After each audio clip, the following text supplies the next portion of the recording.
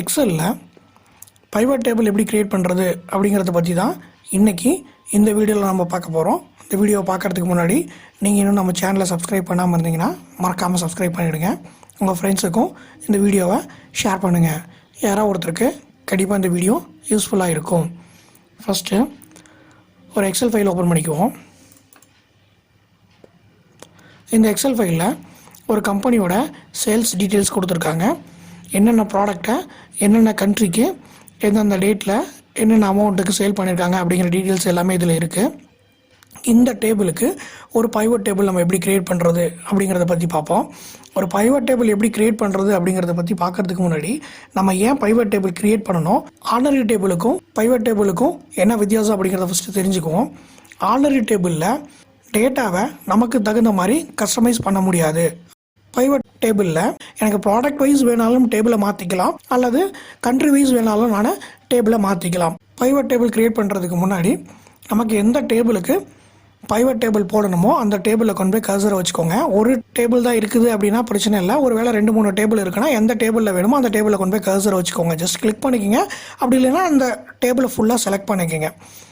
பண்ணிவிட்டு இந்த இன்சர்ட் அப்படிங்கிற டேபை கிளிக் பண்ணிங்கன்னா ஃபஸ்ட் ஆப்ஷனாகவே பைவட் டேபிள் அப்படிங்கிற ஆப்ஷன் இருக்கும். இந்த ஆப்ஷனை கிளிக் பண்ணுங்கள்.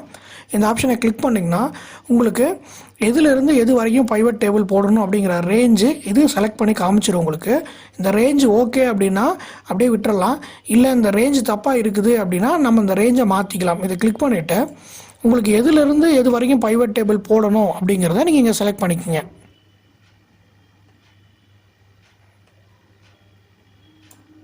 செலக்ட் பண்ணிவிட்டு இங்கே பார்த்தீங்கன்னா அந்த ரேஞ்ச் வந்துடும்.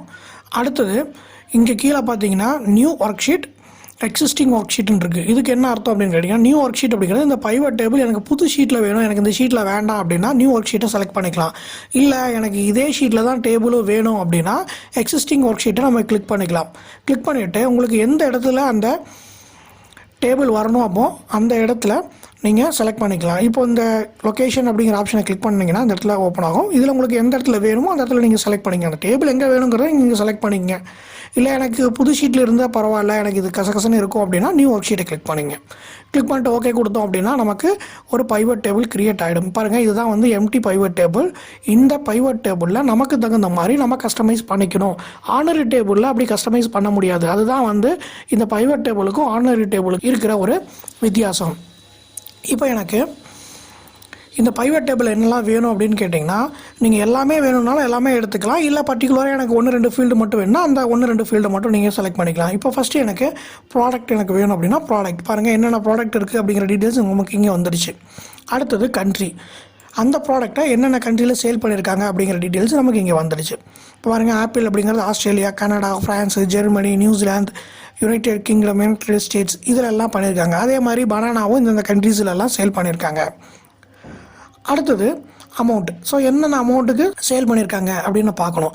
அமௌண்ட் அப்படிங்கிற காலமை கிளிக் பண்ணால் நமக்கு இந்த இடத்துல வந்துடும். ஸோ ஆப்பிள் அப்படிங்கிற ப்ராடக்ட்டு என்னென்ன கண்ட்ரியில் எவ்வளோ அமௌண்ட்டுக்கு சேல் ஆகிருக்கு, மொத்தமாக எவ்வளோ சேல் ஆகிருக்கு அப்படிங்கிறத இங்கே காமிச்சிருச்சு. அதே போல் பனானா அப்படிங்கிற இந்த ப்ராடக்ட்டு என்னென்ன கண்ட்ரியில் எவ்வளோ அமௌண்ட்டுக்கு சேல் ஆகிருக்கு, டோட்டலாக எவ்வளோ சேல் ஆகிருக்கு அப்படிங்கிற டீட்டெயில்ஸ் எல்லாமே நமக்கு இங்கே வந்துடுச்சு.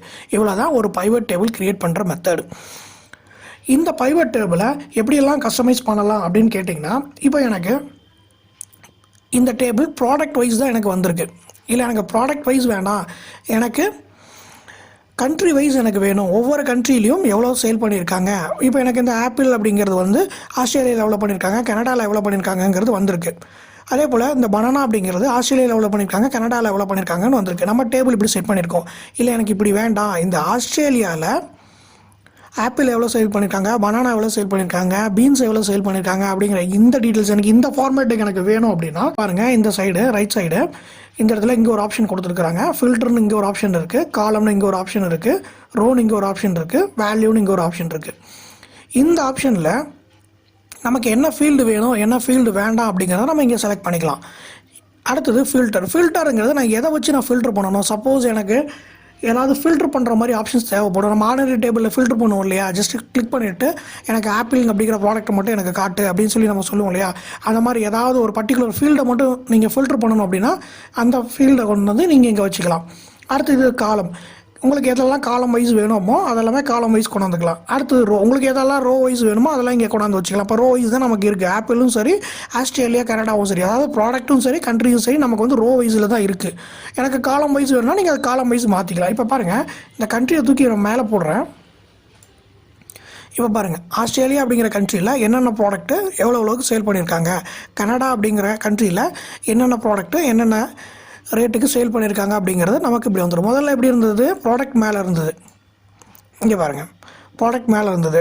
இப்போது கண்ட்ரி மேலே இருக்குது. ஸோ நமக்கு எப்படி வேணுமோ அப்படி நம்ம கஸ்டமைஸ் பண்ணிக்கலாம். இல்லை எனக்கு இப்படி வேண்டாம், எனக்கு காலம் வைஸ் வேணும், எனக்கு கண்ட்ரி எல்லாமே காலம் வைஸ் வேணும் அப்படின்னா ஸோ கண்ட்ரியை தூக்கி காலமில் போட்டுருங்க.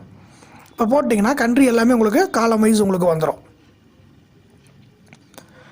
இதுவே எனக்கு வந்து கேட்டகரி வைஸ் எனக்கு வேணும் அப்படின்னா கேட்டகரி அப்படிங்கிறத கிளிக் பண்ணிங்க. பாருங்கள், கேட்டகரி ஃப்ரூட்ஸ் எவ்வளவு, வெஜிடபிள்ஸ் எவ்வளவு அப்படிங்கிறது எல்லாமே நமக்கு வந்துடும். ஸோ கேட்டகரி வந்து உங்களுக்கு எங்கே வந்திருக்கு, இந்த இடத்துல வந்திருக்கு, ரோவில் வந்திருக்கு.